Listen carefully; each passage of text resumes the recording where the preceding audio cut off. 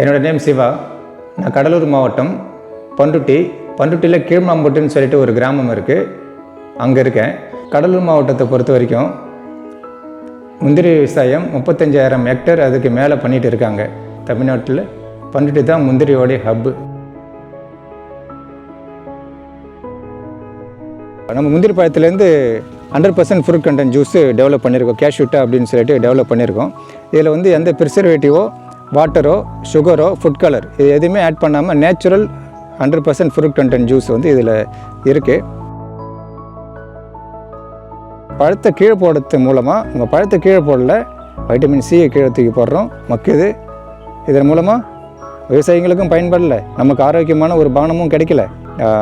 ஒரு தொழில் முனைவர்கள் உருவாகிறதுக்கான சூழலும் இங்கே வந்து ரொம்ப குறைவாக இருக்குது. கடலூர் மாவட்டத்தில் பண்ருட்டியில் முந்திரி பழத்திலிருந்து 1800 கோடி ரூபா வருமானம் பண்ண முடியும்.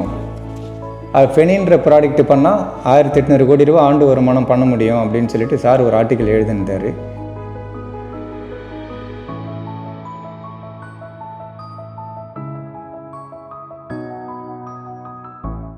நான் படித்தது பார்த்திங்கன்னா பிஇ முடிச்சிருக்கேன்.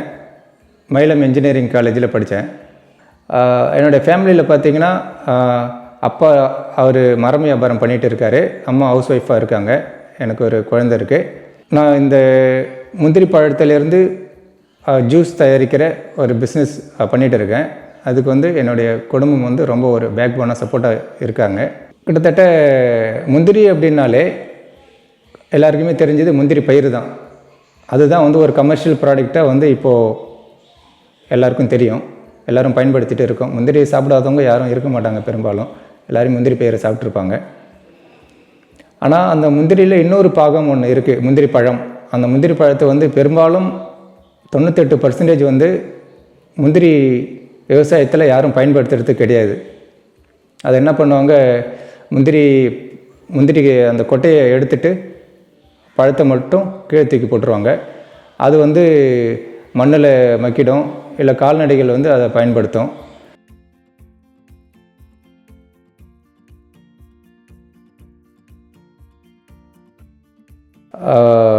நான் வந்து இன்ஜினியரிங் முடித்த பிறகு சென்னையில் ஒரு 2 இயர்ஸ் ஒர்க் பண்ணேன் சார்.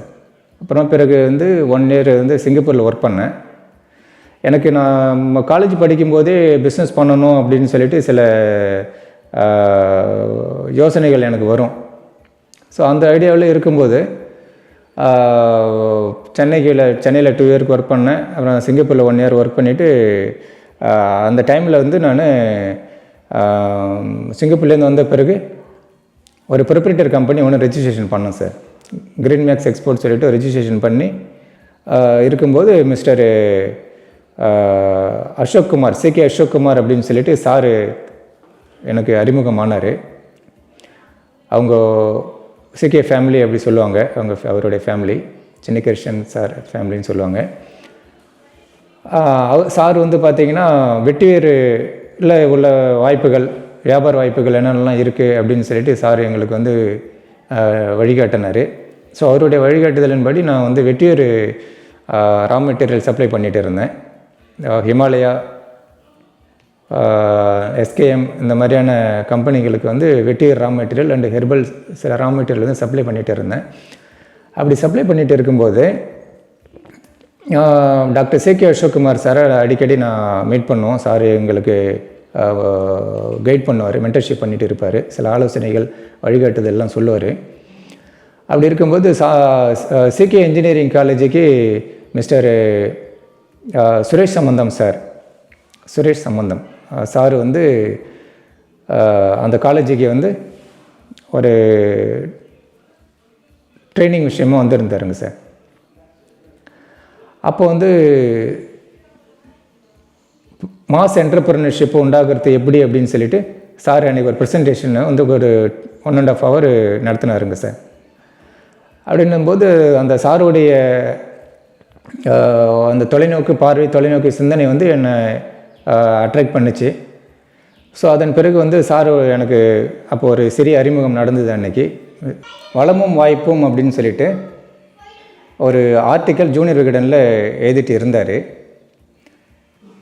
ஸோ அந்த ஜூனியர் விகடன் ஆர்டிக்கலை வாங்கி படிக்கிறதுக்கு எனக்கு ஒரு வாய்ப்பு கிடைச்சிது சார். கடைக்கு போயிட்டு நான் வாங்கும்போது ஆக்சுவலாக இதுதான் அந்த ஆர்டிக்கலு. இதில் வந்து பார்த்திங்கன்னா சார் கடலூர் மாவட்டத்தில் பண்ருட்டியில் முந்திரி பழத்திலேருந்து 1800 கோடி ரூபா வருமானம் பண்ண முடியும், ஃபெனின்ற ப்ராடக்ட் பண்ணால் 1800 கோடி ரூபா ஆண்டு வருமானம் பண்ண முடியும் அப்படின்னு சொல்லிட்டு சார் ஒரு ஆர்டிக்கல் எழுதியிருந்தார்.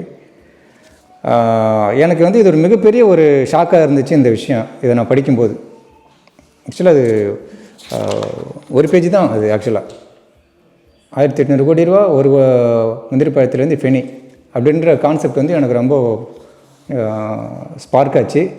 ஆனால் ஃபெனி இங்கே பண்ண முடியாது, ஏன்னா ஆல்கஹால் ட்ரிங்க்கு இங்கே பண்ண முடியாது. ஸோ நான் என்ன பண்ணால் அது சம்மந்தப்பட்டதை நிறையா